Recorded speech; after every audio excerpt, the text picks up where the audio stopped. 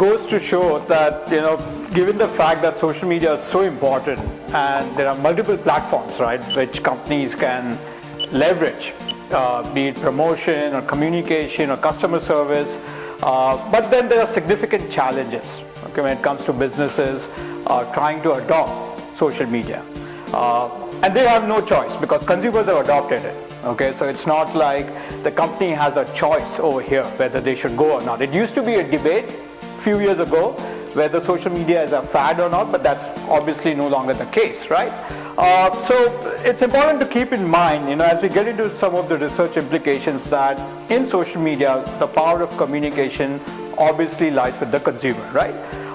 So the first thing is, how do we develop or measure consumers' social media index?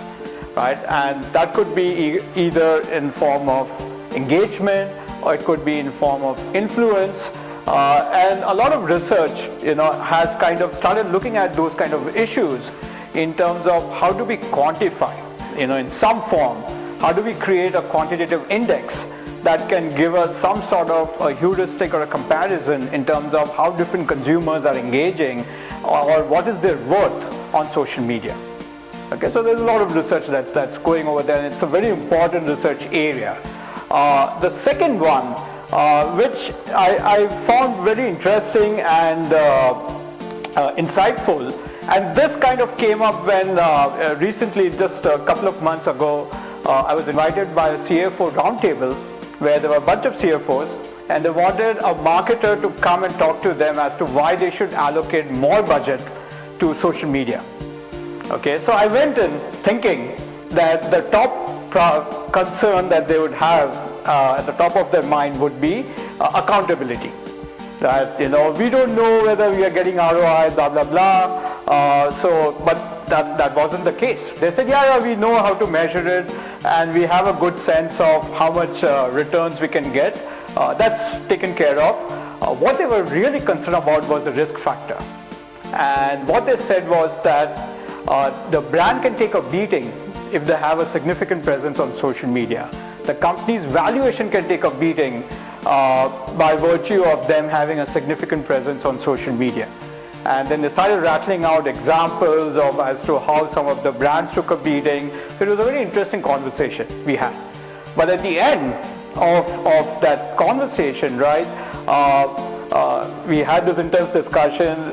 Pretty much all of them agreed to the fact that given the fact that the risk is still there, they are at more risk staying away from social media than being on it.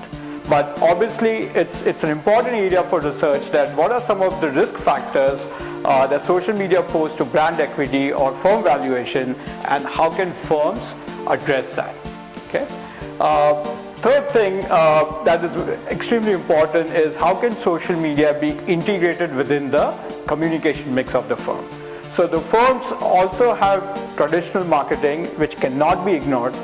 Okay, social media may sound very cool, digital and social media, but that doesn't mean that it can stand by itself. Right? There's a lot of traditional marketing that happens. Firms spend millions and millions of dollars in traditional marketing. They cannot ignore that. Right? And while social media is useful, it has to work in tandem. Then the question is, how do we make that thing work in a way that we can leverage the synergies that the two forms of media can present for the firm or generate for the firm. Having integrated that, right, how can we assign a dollar value basically to digital and social media? Now, this basically gets to the question of how can firms attribute consumer response to a digital or social media relative to other media. As simple as it may sound, it's an extremely complicated and difficult question. Here is why, right? What we are dealing with today is not just multi-channel consumers, but multi-platform consumers, right? And so the customer's path to sales is becoming increasingly complicated, right? So let's take that for an example. Let's say a consumer saw a TV ad and purchased a product or a service. Okay, you surveyed the person, you asked him, what brought you to the store? Oh, I saw the TV ad. But, right, his actual purchase intention or the act of buying could have also been influenced by the fact that after seeing the TV ad, he or she also researched a product online, okay, probably referred to his friends, solicited friends' advice on social media, and received some direct mail, through email or through coupons, and all of these would have played a role in terms of the person making an actual purchase. So then the question is, how do we assign credit to each of these different components? Basically it gets to the question of attribution modeling, right? And a lot of research, newer research, P.K. Kannan has a paper, for example, that looks at, and it's a working paper, that looks at attribution modeling and basically tries to see how to assign credit to different channels of communication.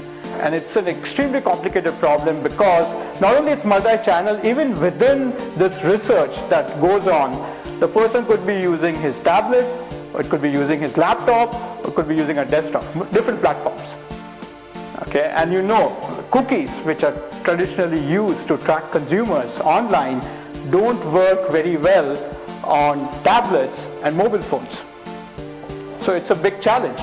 Okay, you may have seen a product while you are at work on your desktop, and you may have made the final purchase through your mobile phone or through your tablet after looking at something else on your mobile phone. But for each of those different platforms, the company may view the consumer as three different individuals, because the cookie that was residing on your desktop no longer exists on the tablet or the mobile phone. So it's a very complicated problem, but it's a very interesting problem. And since companies are currently facing it, I think there's an immense opportunity for researchers to take on issues like this when it comes to research, right?